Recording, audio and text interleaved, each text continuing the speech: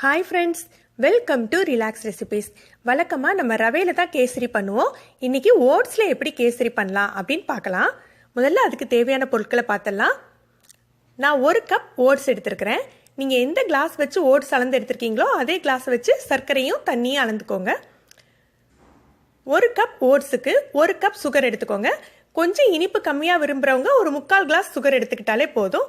அப்புறம் கொஞ்சம் முந்திரி பருப்பு, காஞ்ச திராட்சை, ஏலக்காய் தூள், ஃபுட் கலர், நெய். இதுதான் இதுக்கு தேவையான பொருட்கள். முதல்ல நம்ம 1 ஸ்பூன் நெய் விட்டு முந்திரி பருப்பையும் காஞ்ச திராட்சையும் வறுத்து எடுத்துடலாம். இதுக்கு நெய் ரொம்ப தேவைப்படாது. நம்ம ரவா கேசரி போல் மொத்தத்திலே ஒரு 2 டேபிள் ஸ்பூன்லேருந்து 3 டேபிள் ஸ்பூன் யூஸ் பண்ணால் போதும். முந்திரி பருப்பையும் காஞ்ச திராட்சையும் வறுத்த பிறகு அந்த நெய்யில் நம்ம ஓட்ஸை வறுத்துக்கலாம். நல்லா கோல்டன் ப்ரௌனாக வறுத்துக்கோங்க.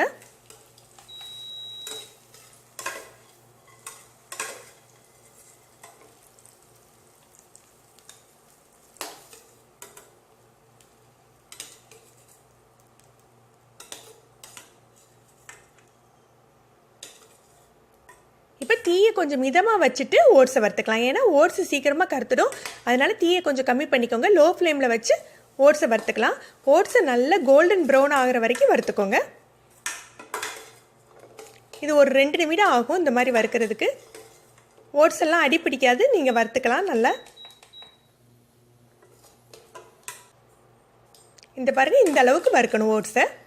நல்ல ப்ரௌன் கலர் ஆயிடுச்சு. இந்த ஸ்டேஜில் நம்ம ஓட்ஸை எடுத்துக்கலாம்.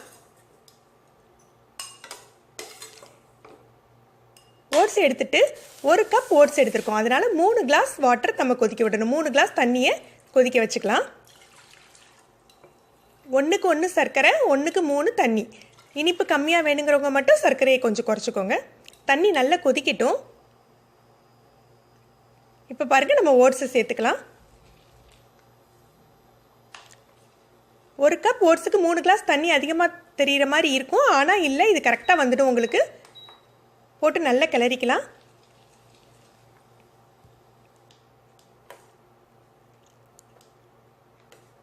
கட்டி எதுவும் விடாமல் நல்லா கிளறி விடுங்க. ரொம்ப கட்டி விடாது. நம்ம கொஞ்சம் கொஞ்சமாக தான் ஓட்ஸை சேர்த்துருக்குறோம்.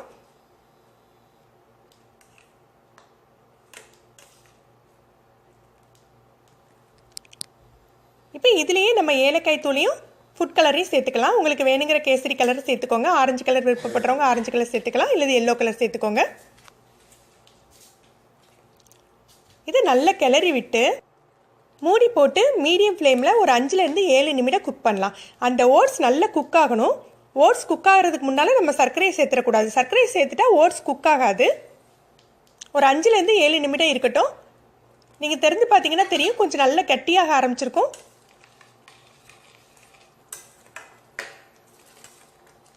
இப்போ நம்ம சர்க்கரையை சேர்த்துக்கலாம்.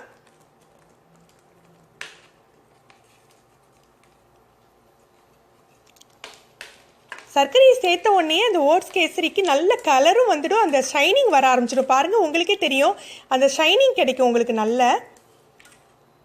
இது நம்ம கேசரியை போலே செய்கிறதுக்கு ரொம்ப ஈஸியாகவும் இருக்கும். அதே சமயம் ரொம்ப ஹெல்த்தியான ஒரு டிஷ்ஷாக இருக்கும்.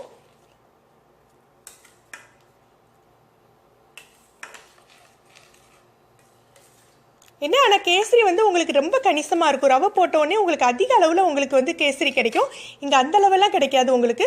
அதே போல் வந்து கேசரி உடனே உங்களுக்கு வந்து ரவை வந்து குக்காகி உடனே கட்டியாக ஆரம்பிச்சிடும். இங்கே கொஞ்சம் ஸ்லோவாக தான் வந்து ஓட்ஸ் உங்களுக்கு கட்டியாகும். இது 2 தான் வித்தியாசம் உங்களுக்கு.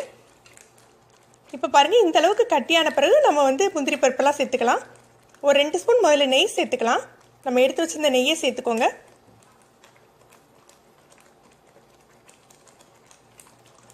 நெய் சேர்த்து நல்லா கிளறி விட்டுலாம். நல்லா தளத்தலன்னு கட்டியாக ஆரம்பிச்சிருச்சு. இப்போ நம்ம முந்திரி பருப்பெல்லாம் சேர்த்துக்கலாம். பாருங்கள், இதுதான் பக்குவம். இதுக்கு மேலே ரொம்ப கட்டியாக்க வேண்டியதில்லை. பார்க்க அல்வா மாதிரி இருக்கும் உங்களுக்கு. நல்லா ஒட்டாமல் அல்வா மாதிரி வரும். இந்த தளதளப்போடையே நம்ம ஆஃப் பண்ணிடலாம் ஃப்ளேமை.